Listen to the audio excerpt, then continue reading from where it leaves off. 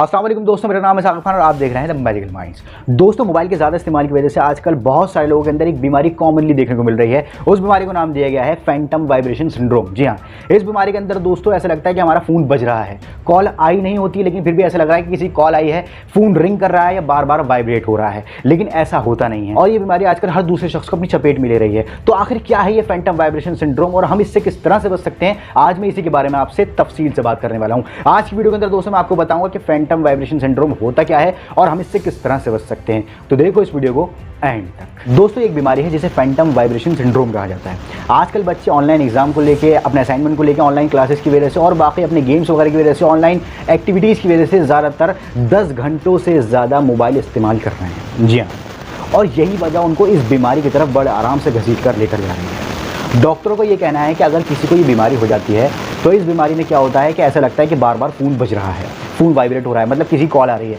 हकीकत में कॉल किसी की आती नहीं है, फ़ोन बजता नहीं है, ना फ़ोन वाइब्रेट होता, लेकिन फिर भी ऐसा लगता है कि फ़ोन वाइब्रेट हो रहा है, किसी की कॉल आ रही है। और कुछ डॉक्टरों को तो ये भी कहना है कि जिनको ये बीमारी हो जाती है, जो इस बीमारी में बहुत ज़्यादा ही मुब्तला हो जाते हैं, उनको तो कभी कभी ऐसा लगता है कि जब उनके फ़ोन पर कोई मैसेज आता है, कोई नोटिफिकेशन आता है या किसी की कॉल आती है तो उनको पसीने तक छूटने लगते हैं। इतने ज़्यादा वो इफेक्ट हो जाते हैं इस तरह की बीमारी से। वैसे एक स्टडी में ये भी कहा गया है कि ये कोई बीमारी नहीं है, लेकिन वक्त रहते अगर इस पर ध्यान नहीं दिया गया, इस पर गौर नहीं किया गया, तो इसके जो रिजल्ट्स हैं वो बहुत ज़्यादा खतरनाक साबित हो सकते हैं। रिसर्च टीम का कहना है कि मोबाइल इस्तेमाल करने वाले तकरीबन 90% लोगों को उनके कपड़ों में सरसराहट या फिर उनके मसल्स में ऐंठन की वजह से उनको ये लगता है कि उनका या उनके आसपास किसी और का मोबाइल वाइब्रेट हो रहा है, और हकीकत में चेक करने पर पता लगता है कि ये उनकी गलतफहमी है। फैंटम वाइब्रेशन सिंड्रोम में दिमाग ऐसी चीज़ों के बारे में सोचने लगता है जो असल में होती ही नहीं है, जैसे बिना मतलब वाइब्रेशन को महसूस करना। ऐसा तब होता है जब फ़ोन को वाइब्रेशन पर लगा दिया जाता है और अचानक किसी न किसी वजह से फ़ोन वाइब्रेट होने लगता है, या तो किसी की कॉल आती है, किसी का SMS आता है, तो एकदम से फ़ोन वाइब्रेट होने शुरू हो जाता है। उसके बाद जब हम किसी और एक्टिविटी में लग जाते हैं, हमारा दिमाग किसी और जगह बिजी हो जाता है, तो फिर भी दिमाग के अंदर एक ये बात होती है कि फ़ोन फिर से वाइब्रेट होने वाला है, अब फिर से दोबारा फ़ोन वाइब्रेट होगा। और इसी वजह से दोस्तों मरीज को ये लगता है कि फ़ोन वाइब्रेट हो रहा है, जबकि ऐसा होता ही नहीं है। तकरीबन 90% लोगों को इस तरह की परेशानी होती है, और आगे जाके ये परेशानी इतनी ज़्यादा बढ़ जाती है कि लोगों को कभी कभी घबराहट होने लगती है, और इसके साथ साथ जो भी वो काम करना चाहते हैं उस पर उनका ध्यान ही नहीं लगता, वो पूरी तरह से उस पर फोकस ही नहीं कर पाते। आइए बात कर लेते हैं कि हम इस परेशानी से किस तरह से बच सकते हैं। दोस्तों, सबसे पहली बात यह है कि आप अपने स्मार्टफोन की सेटिंग में जाकर नोटिफिकेशन को बंद कर दें। जी हाँ, इससे आपको ये फायदा मिलेगा कि बार बार आपका ध्यान नोटिफिकेशन बीप की वजह से मोबाइल फ़ोन पर नहीं जाएगा। इसके साथ साथ दोस्तों, आप जब भी अपना स्मार्टफोन यूज़ करें तो आप एक लिमिट सेट कर लें कि आपको एक लिमिट से ज़्यादा स्मार्टफोन इस्तेमाल नहीं करना। जी हाँ, आप अपने फ़ोन के अंदर एक स्टॉप वॉच लगा लें कि आपको आधा या 1 घंटा ही फ़ोन इस्तेमाल करना है, इससे ज़्यादा नहीं करना। इसके अलावा आप अपने घड़ी के अंदर भी टाइम देखकर उस हिसाब से अपने मोबाइल फ़ोन को इस्तेमाल कर सकते हैं। एक लिमिट सेट कर लीजिए कि इसके ऊपर मुझे नहीं जाना। और इसके साथ साथ दोस्तों, अगर बहुत ज़रूरी नहीं है तो आप अपने फ़ोन का डेटा और वाईफाई को ऑफ रखें। आधे से ज़्यादा दिन अगर आप ऐसा करेंगे, ऑफ रखेंगे, तो यकीन मानिए आपका जो ध्यान है वो बार बार फ़ोन पर नहीं जाएगा, क्योंकि नेट नहीं खुला हुआ होगा, बार बार व्हाट्सएप पर SMS नहीं आएंगे, नोटिफिकेशंस नहीं आएंगे सोशल मीडिया के,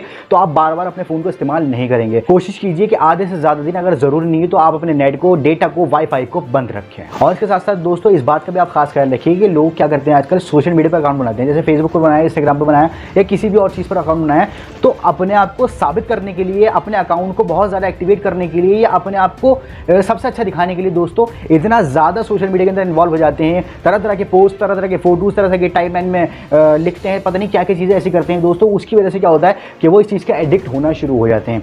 फिर क्या होता है, एक फोटो सुबह डाला, उसके बाद देखते हैं यार कुछ लाइक ही नहीं है, ये तो बड़ा बेकार हो गया। फिर उसके बाद दूसरी कोशिश करते हैं कि मैंने ये वाला फोटो दिया है, अब ये वाला डालता हूँ, इस पर इंशाल्लाह लाइक आएंगे। असल में फिर इस वजह से भी एडिक्शन शुरू हो जाता है। तो इस बात का भी आप खास ख्याल रखिए। आप सोशल मीडिया इस्तेमाल कीजिए, लेकिन इतना ज़्यादा बिल्कुल ही मत इस्तेमाल कीजिए, एक लिमिट रखिए हर चीज़ की। इसके अलावा आप अपने फ़ोन को हटाकर अपने फैमिली मेम्बर से बात कीजिए, उनके साथ वक्त गुजारिए। और इसके साथ साथ दोस्तों, मैं आपको एक बात और बताता हूँ जिससे आपका काफ़ी फायदा होगा। अगर आप अपना फ़ोन राइट साइड में रखते हैं, राइट साइड की पॉकेट में रखते हैं, तो आप उस जगह को बदलकर लेफ्ट साइड कर दीजिए। जी हाँ, आप अपना फ़ोन लेफ्ट साइड में रखना शुरू कर दीजिए। यकीन मानिए इससे आपका फ़ोन बार बार हाथ में नहीं आएगा, क्योंकि हाथ को भी आदत होती है कि फ़ोन अगर यहाँ है तो वो यहीं जाकर बार बार निकाल कर आपको सामने शो करता रहेगा कि आपका फ़ोन ये है, इसमें इस तरह का नोटिफिकेशन आया है, अब आपको ये करना है, आपको वो करना है। तो अगर आप जगह बदल देंगे फ़ोन की तो यकीन मानिए काफ़ी ज़्यादा फ़र्क पड़ेगा। आप ये चीज़ करके देख लीजिएगा। जी तो दोस्तों, ये थी मेरी वीडियो फैंटम वाइब्रेशन सिंड्रोम के बारे में। उम्मीद करता हूँ कि आपको समझ में आ गया होगा कि फैंटम वाइब्रेशन सिंड्रोम क्या होता है और हम इससे किस तरह से बच सकते हैं। दोस्तों, ये वीडियो आपको कैसी लगी, इस वीडियो को कमेंट बॉक्स में जाकर ये जरूर बताइएगा। इस वीडियो को लाइक करके, चैनल को सब्सक्राइब करके, बेल आइकन प्रेस करके ऑल नोटिफिकेशन जरूर दबाइएगा। मेरे को फिर किसी और नई वीडियो में किसी और नए टॉपिक के साथ, आप नई वीडियो किस टॉपिक पर देखना चाहते हो अभी लिख दो, मैं इंशाल्लाह उस पर काम करना शुरू कर दूंगा। फिलहाल के लिए बस इतना ही। मेरा नाम है साकिब खान, शुक्रिया।